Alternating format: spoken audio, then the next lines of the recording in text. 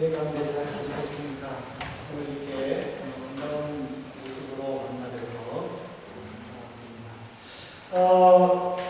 오늘 이렇게 또 예배의 자리에 나오신 또 이 자리를 믿음으로 지키는 이 모든 성도님들에게 우리 생명의 근원이신 예수님께서 항상 함께해 주시고 또 기쁨을 회복하고 그리고 삶의 현장에서 아름다운 열매들이 나타나기를 진심으로 소망합니다. 우리가 지난 시간에 잠언 22장 후반부를 살펴보면서 이웃을 압제하지 말고 자기 사업을 성실하게 감당할 때에 하나님께서 그 인생을 책임져 주신다는 내용을 살펴보았습니다. 근데 제가 지난 주일날에 설교의 그 인용 선포 중에서 제가 설명에 그 잘못 설명한 부분이 하나 있습니다. 그거는 일반 달란트 빚진 자와 100달란트 빚진 종이 아니라 일반 달란트 빚진 종 신하와 그리고 100데나리온 빚진 그 종 친구 이렇게 비유였는데 제가 100데나리온이 아니고 100달란트라고 표현을 했습니다. 이 1달란트와 1데나리온은 엄청난 차이가 있는데 제가 그거를 그냥 달란트와 똑같이 환산해서 설명을 했는데 그래서 마태복음을 읽으시면서 그거를 교정해 주시고 거기서 요구하는 것은 뭐냐면 1만 달란트 빚진 그 신하의 그 빚을 왕이 갚아줬다는 것은 엄청난 은혜라는 거죠. 그 은혜를 받은 사람은 자기에게 작은 실수를 한 사람이라 할지라도 용서해 줘야 된다는 것이 그 부분의 내용입니다. 왜냐하면 1달란트와 1데나리온은 1000분의 1에서 약 만분의 1의 그 환산 가치가 있기 때문에 1달란트하고 1데나리온은 아무것도 안 나는 거예요. 그러니까 지금 현재 돈으로 얘기하자면 우리가 1달란트 하면은 1000유로라면 1데나리온은 1유로. 그러니까 우리는 1000유로치의 죄를 용서를 받았는데 1유로치의 죄를 지은 사람을 용서하지 못한다는 것은 진정한 하나님의 사랑을 받지 못한 사람이다라고 하는 것을 예수님은 우리에게 가르쳐준 것입니다. 이제 우리는 그런 용서 그리고 나눔, 베품의 삶을 우리의 그 삶의 현장에서 보여줘야 되는데 왜 그러냐면 10편 37편 25절에 보면 우리에게 굉장히 중요한 도전을 다윗은 줬습니다. 내가 어려서부터 늙기까지 의인이 버림을 당하거나 그의 자손이 걸식함을 보지 못하였도다. 그러니까 믿음으로 살고 말씀대로 살려고 하는 그 사람의 모습뿐만 아니라 그의 후손까지도 예수님께서 책임져 주신다는 사실입니다. 그래서 그 신앙을 물려받은 솔로몬도 오늘 본문에 보면은 하나님만 의지하도록 권면하면서 이렇게 가르쳤는데 잠언 23장 4절입니다. 부자 되기에 애쓰지 말고 내 사사로운 지혜를 버림지어다. 그러니까 인간적인 성공에만 매달려서 하나님을 배반하지 말라라는 삶입니다. 오히려 그 인간적인 성공 이외에 하나님께서 모든 것을 인도해 주실 것을 믿고 그리고 힘써 더욱더 여호와를 의지해야 된다는 것을 가르쳐줍니다. 여기 보면 이 사사로운 지혜라는 의미는 신앙적, 도의적 책임 없이도 나타나는 단순한 분별력으로 어떤 그 약삭빠른 그 상술이라든지 또는 두뇌전으로 그냥 돈벌, 국리 또는 성공에만 집착하는 그런 행위를 의미합니다. 그래서 요한복음 6장 27절에 보면은 예수님께서 우리에게 무엇라고 권면하시냐면은 썩을 양식을 위하여 일하지 말고 영생하고 있는 양식을 위하여 하라. 이 이 양식은 인자가 너희에게 주리니 인자는 아버지 하나님께서 인치신 자니라. 그러니까 예수님께서도 육신적인 일에만 얽매여서 하나님을 제대로 섬기지 못하는 그런 안타까운 일을 하지 말도록 우리에게 가르쳤습니다. 그러므로 우리는 이 솔로몬의 교훈의 그 종합적인 결론을 통해서 내 삶의 우선순위를 어디에 둘 것인가, 그거를 분명히 결정을 하고 조심스럽게 행동해야 됩니다. 왜냐하면 바로 이 잠언 23장이 우리에게 그것을 잘 가르쳐주기 때문입니다. 먼저 1절을 보십시오. 네가 가문과 함께 앉아 음식을 먹게 되거든 삼가 내 앞에 있는 자가 누구인지를 생각하며 내가 누구와 교제를 지금 나누고 있는지 여기에 대하여 정확하게 알지 못하면서 함부로 행동하다가는 나중에 큰 실수를 범하게 된다는 교훈입니다. 그래서 지혜자는 너무 음식을 탐하지 말 것을 맛있는 음식으로 비유를 했습니다. 즉, 이 맛있는 음식이라는 것은 최고의 음식 또는 아주 진귀한 음식, 즉 초대자가 나에게 최고의 음식이라든지 아니면 아주 진귀한 음식을 내놓았을 때에, 대접했을 때에 초대자의 의도를 잘 파악하라는 것입니다. 그냥 그런 의도를 파악하지 못하고 초대했다고 맛있는 음식을 줬다고 그냥 그것을 먹다가는 나중에 어려운 일을 당한다는 사실입니다. 그래서 우리에게는 절제된 행동을 취하라고 솔로몬은 경고하고 있습니다. 우리는요, 세상에서 얻어지는 이 재물의 허무함을 우리는 분명히 인식해야 됩니다. 물론 세상에 살아가는 동안에 물질이 필요합니다. 물질을 반드시 누려야 되고 그리고 그 물질을 얻기 위해 우리는 힘써야 됩니다. 왜냐하면 지난 시간에도 얘기했지만 잠언 22장 29절에 보십시오.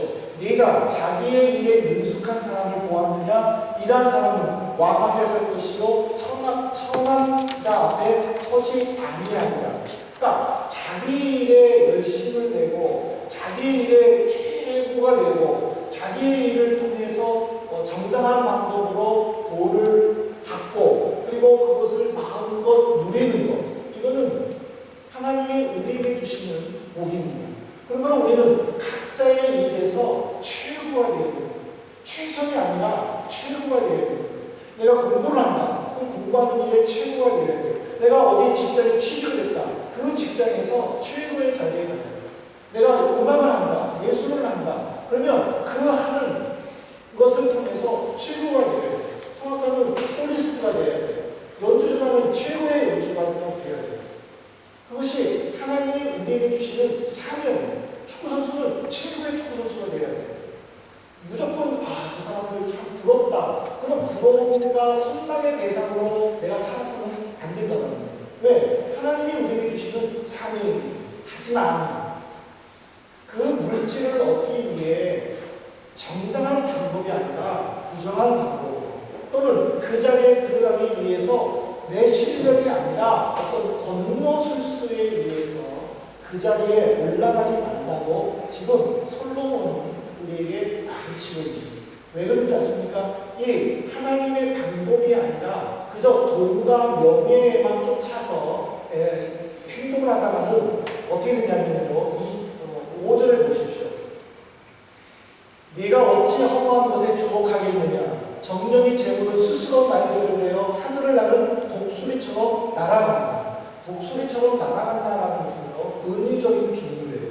즉, 재물에만 큰 기대를 거는 사람일수록 그 재물의 그 이름으로 말미암아 깊은 상실감에 빠지게 된다는 사실입니다. 그래서 지혜자는 지금 정당한 방법으로 재물을 얻고 그 재물 속에서 감사함을 살기 위해서 다른 사람과 내가 가지고 있는 재물을 비교하지 말라고 또 가르치고 있어요. 17절에 보십시오. 내 마음으로 죄인의 형통을 부러워하지 말고 항상 여호와를 경외하라. 죄를 지은 사람이 아무런 제재를 받지 않고 부정한 방법으로 돈을 모으는 것에 대해서도 사람들이 손가락질하지 않고 오히려 더 잘 살고 그리고 어떤 법적 제재도 받지 않는 모습, 이런 모습들은 참 그 선량하게 사는 사람들에게 보면 굉장한 그 상실감을 느낍니다. 제가 그동안 한동안 끊었던 드라마를 다시 보는데 월화 드라마의 미세스 캅캅하고 수목 드라마의 용팔이를 보면요, 지금 시작인데도 굉장히 화가 나요. 사람을 죽인 죄인이 아무렇지도 않게 그리고 또 죽이라고 그러고, 그리고 돈 많은 사람이 그냥 평범한 사람들 어떤 어려움에 처했을 때에 그 사람들은 그냥 빠져나가고, 평범하게 일반 병실에 있는 사람들은 무슨 일이 벌어지는지도 모르고 있는 그런 것을 보면요, 드라마지만 너무 화가 나요. 어떻게 저런 일이 벌어질 수 있는, VIP 병동만 특별히 책임지고 일반 병실에 대해서는 나몰라라 하는 것이 그야말로 무전유죄라는 현실, 정말 상실감이 굉장히 크고, 어떻게 다 보면 나도 저런 세계에 들어가고 싶어, 저런 세계에 들어가야 되겠다, 그렇게 생각할 수도 있다는 거예요. 그러면서 실망할 수도 있고. 근데 이게 실질적으로 사람의 일반적인 모습이라는 거예요.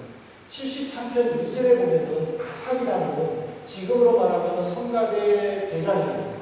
직접 곡을 작곡을 하고, 그리고 또 하나님께 드리는 찬양을 직접 작사 작곡해서 성가대에 통해서 찬양하고 있는, 정말 그 믿음으로 살고 있는 그 아삽도 그런 사람들을 보면서 자기도 실망했다는 거예요. 자기도 넘어질 뻔했다는 거예요. 그 말은 뭐냐면 그들의 삶을 부러워했다는 거예요. 그런데 다윗은 우리에게 그런 사람들을 부러워하고 또 그런 사람들을 마냥 동경하지 말라고 가르쳤어요. 그 10편 37편 7절에 보세요. 여호와 앞에 잠잠하고 참아 기다리라. 자기 길이 형통하며 악한 꾀를 이루는 자 때문에 불평하지 말라. 하나님께서 하나님의 때에 의인들을 인도하신다는 거예요. 그래서 악인들이 잘 되는 것에 대하여 너무 부러워하지 말고 그들로 인하여 속상하지 말라. 하나님께서 다 해결해 주신다는 거예요. 그러므로 우리는 내가 가지고 있는 이 재미, 이것으로 우리는 만족하고 기뻐하고 감사하는 삶이 얼마나 복된 삶인가 우리는 한번 생각해 보아야 한다는 사실입니다. 이제 재물을 얻기 위해서 정당한 방법을 사용하도록 가르친 지혜자는 이제 우리에게 신앙적으로 적극적인 삶을 살도록 성도들을 가르치고 있습니다. 13절에 보십시오. 아이를 훈계하지 아니하려고 하지 말라. 채찍으로 그를 때릴지라도 그가 죽지 아니하리라. 이 채찍으로 때리라는 것은요, 강압적이면서 무차별적인 어떤 폭력을 의미하는 것이 아니라 자녀들도 인정하는 정당한 방법, 적법한 절차에 의해서 체벌을 하고, 그래서 아이들이 반성하게끔 인도하는 것을 말합니다. 우리 그 자녀를 양육할 때 부모님들이 조심해야 될 것은 체벌의 기준이라는 거예요. 지금 저도 그 아이를 키우고 있지만은 아이의 행동 때문에 너무 화가 날 때가 있어요. 그냥 그 아이의 행동으로 인하여 그냥 평온했던 가정이 막 풍지박산이 나고 막 큰 소리가 날 때도 있어요. 이럴 때에 우리 부모들이 그 화가 난다고 해서 아이를 혼낼 때 감정이 들어가서는 안 돼요. 화가 날수록 차분하게 아이에게 무엇이 잘못됐는지, 그 잘못했을 때에 어떤 일들이 일어났는지, 그리고 잘못에 대한 결과가 무엇인지 설명을 하고 그 아이가 인정하는 그런 체벌이 있어야 된다는 거예요. 그럴 때 그 아이가 그것을 받고 올바른 방향으로 돌아선다는 사실이에요. 근데 요즘에 우리 부모님들은 이 아이에 대한 체벌이 너무 관대해요.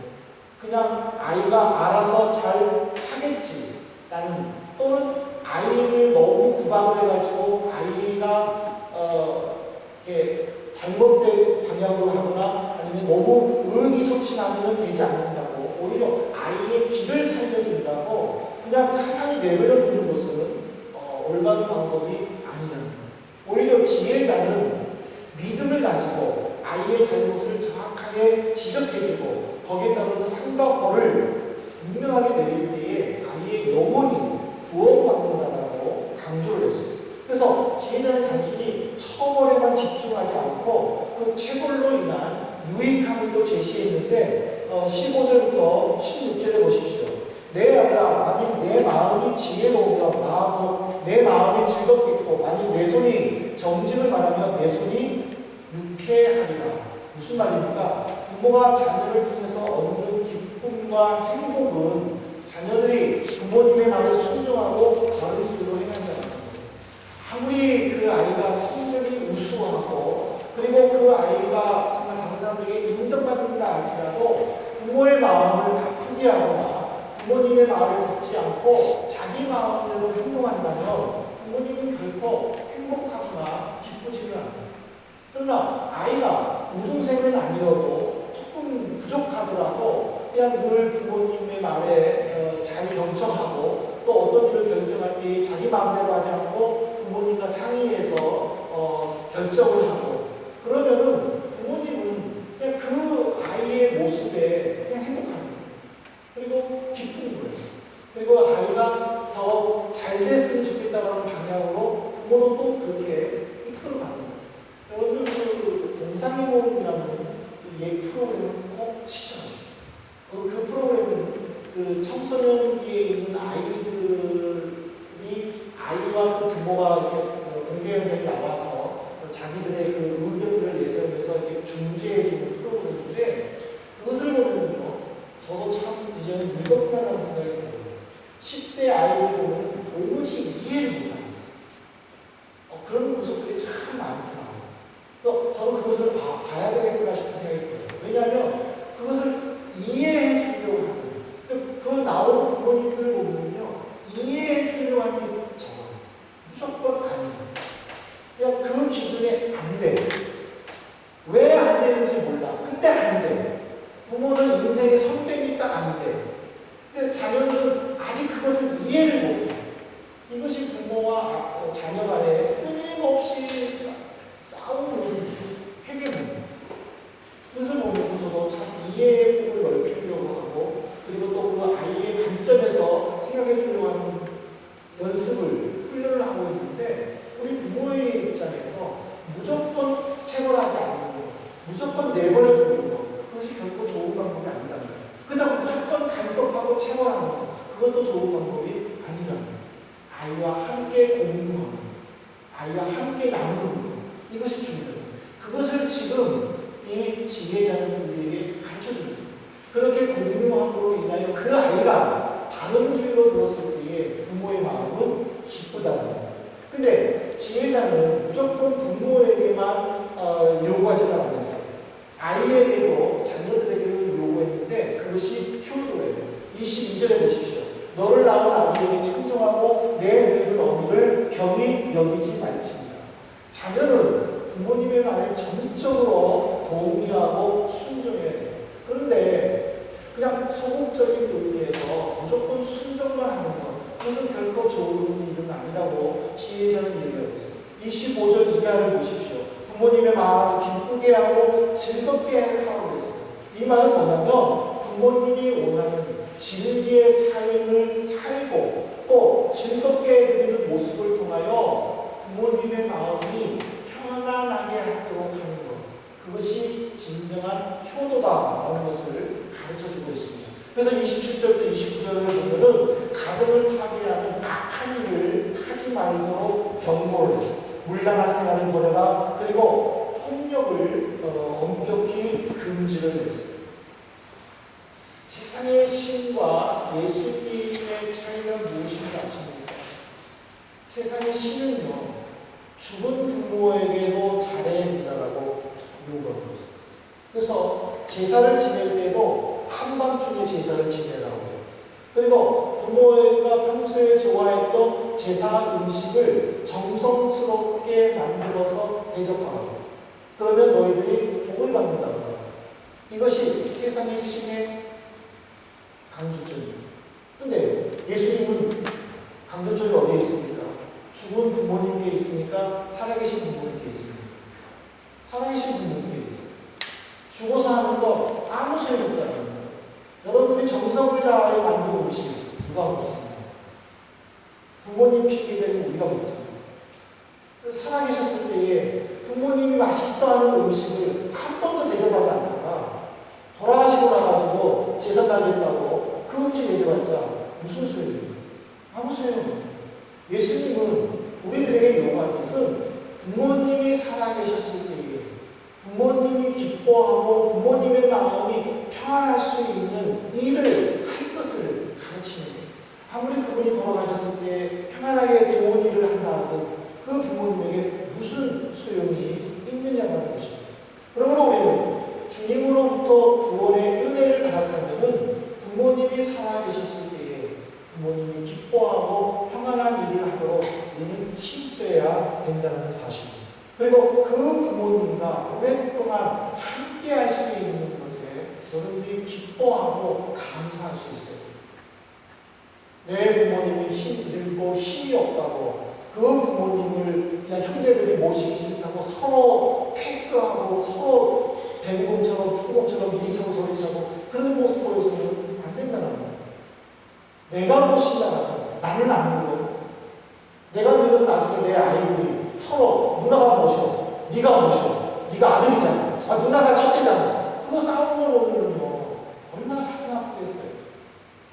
근데 내가 내 부모에게 그런 모습을 보인다면 내 자녀들이 바로 그런 삶을 똑같이 산다는 거예요.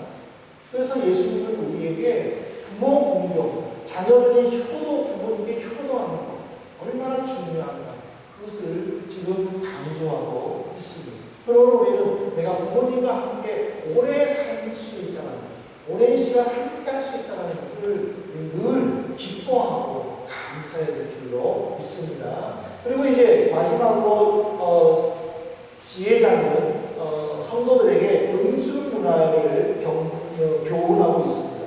이 음주 문화는 어느 시대를 막론하고 파멸에 가는 길의 지름길이며 죄악의 온상입니다.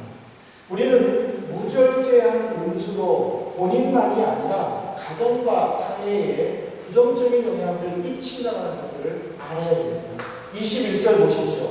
술 취하고 음식을 탐하는 자는 가난하여질 것이요 잠자리를 즐겨하는 자는 헤어진 옷을 입을 것이라. 술 취하고 음식을 탐한다. 이것은 영적으로 부패하여 세상의 쾌락을 쫓는다는 의미입니다. 그래서 30절에서 35절에 보면은 5가지로 이 술 취한 자의 모습을 지금 이야기하고 있는데 33절 상반절에 보면요 내 눈에 괴이한 것이 보인다고 했어요. 술 취한 자의 특징이 이 괴이한 것이 보인다는 것은 다른 번역을 보면요 내 눈은 음녀를 볼 것이다라고 번역을 했어요. 술 취한 사람이 성적 타락에 죄를 범할 수밖에 없다라는 것을 지금 비유하고 있는 것입니다.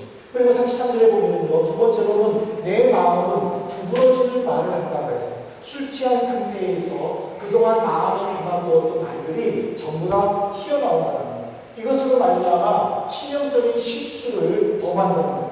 그래서 세상에서도 그런 말 있잖아요. 그 사람의 진심을 알기 위해서는 그 사람을 술 취한 상태에서 말과 행동을 관찰하면 안다.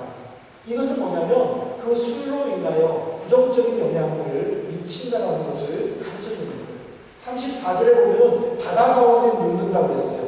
바다 가운데 눕는다는 것은 바다 깊은 데에 빠진다는 것을 의미하는 거예요. 다시 말해서 술 취함으로 정신이 혼미해서 내가 지금 어떤 상태에 있는지 모르는 상황에서 당하는 어려움을 의미하는 거예요. 그리고 네 번째로는 나를 때려도 아프지 않다 라고 35절에 얘기했는데 술 취하면요 감각이 마비돼요. 그래서 어디에 부딪혀도 아픈 줄을 몰라요. 그래서 생명의 위협을 느끼는 심각한 위험한 상황 속에 빠져도 술 취한 사람은 그것을 전혀 모르는 거예요. 그러다 보니까 아침에 일어나 보면 길거리에 쓰러져 있고 멍이 들어있고 막 온몸에 육신육신 거리는 거는 자기가 술 취한 상태에서 무슨 일을 당했는지 몰랐다는 것을 가르쳐주는 거예요. 마지막으로 35절에 보면요, 술 취한 사람의 특징이 뭐냐면은 다시 술을 찾는다고 했어요. 술이 나쁜 건 줄 알아.